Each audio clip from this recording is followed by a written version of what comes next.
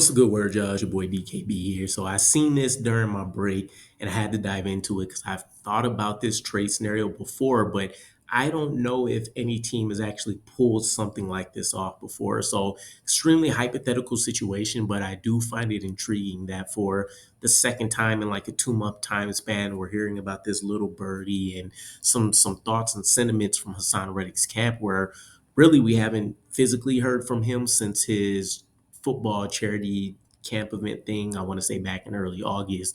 And then we had his cryptic tweet maybe a week or two ago now where he mentioned God will make a way. And I took that as one of two things. Either the negotiations between the Jets and Haason Reddick are making some type of progress to where he felt comfortable letting the world, quote unquote, know, or it meant that maybe there was a sense he felt Joe Douglas will back off his stance that he's not trading Haason Reddick, which we have to keep in mind as we talk about this today. So, what the article mentions in this second paragraph, the initial piece pertains to Bryce Huff, but the rest really kind of speaks to Haason Reddick. Could he get traded to the Jets? Bryce Huff. Let's put it this way. A little birdie told me that Reddick, I don't think, would be opposed to something like that. I think Reddick is so frustrated with the Jets situation. Of course, he did request a trade in August that he wouldn't mind going back to Philadelphia. That in and of itself is intriguing to me because if if this is true, then this means it was never necessarily 100% about the money either, because what makes you think going back to the Eagles will get you a contract extension that you couldn't get in the first place? Two, let's go ahead and go on here. Could that trade happen? Reddick for Huff. Boy, that would be one of the more bizarre trades in NFL history. It's kind of what I mentioned. I don't know if another team has pulled off making a swap for the same players that they initially traded to each other, especially if it's not going to involve draft compensation here. I think you can make an argument that this trade could work out as a straight up player for player swap. And then the final piece here, a lot of things would have to fall into place, which makes it kind of far fetched, but it's an interesting situation to look at nonetheless. And at this point, I would say it's probably an 80-20 split that most of us want Haason Reddick out the building by any means necessary. 20% thinks we made the trade, we knew what we were getting into, we need to fork over the money, get the man on the field. There's still no change in my opinion that Haason Reddick is definitely the more proven product over Bryce Huff.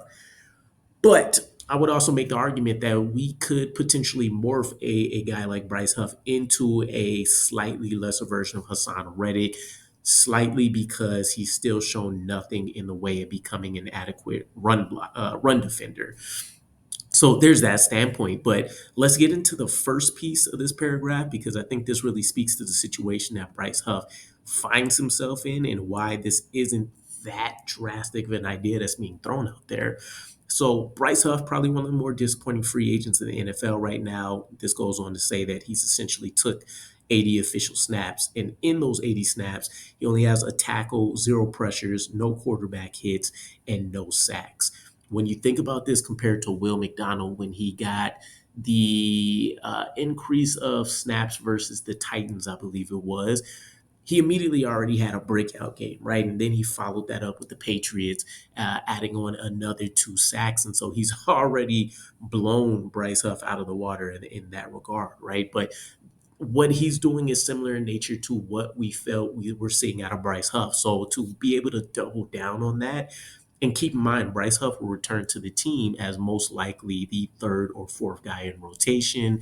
When you think about Will McDonald, when you think about um, Jermaine Johnson's not with us anymore, sadly, for the moment.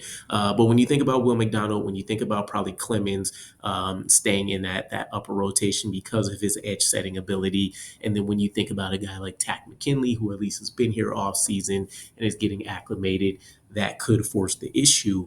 But outside of that, goes on to mention he doesn't think that's an indictment on Huff. We know he's a good player, and so I do believe the Jets made a mistake by letting him go. Fully agree.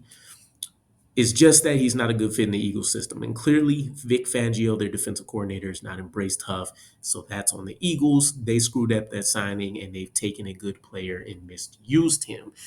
This isn't the first that we're hearing about this. And I think I chatted about this maybe a couple weeks back that there's been a number of players defensively in the past that have spoken to the fact that Vic Fangio his scheme goes above all, right? It's the golden rule, the number one aspect of him as a defensive coordinator. Player versatility, player acquisition, in terms of having that perfect skill set, doesn't seem to be at a premium for him. He thinks he can mold any player to fit his scheme and what they like to do to attack.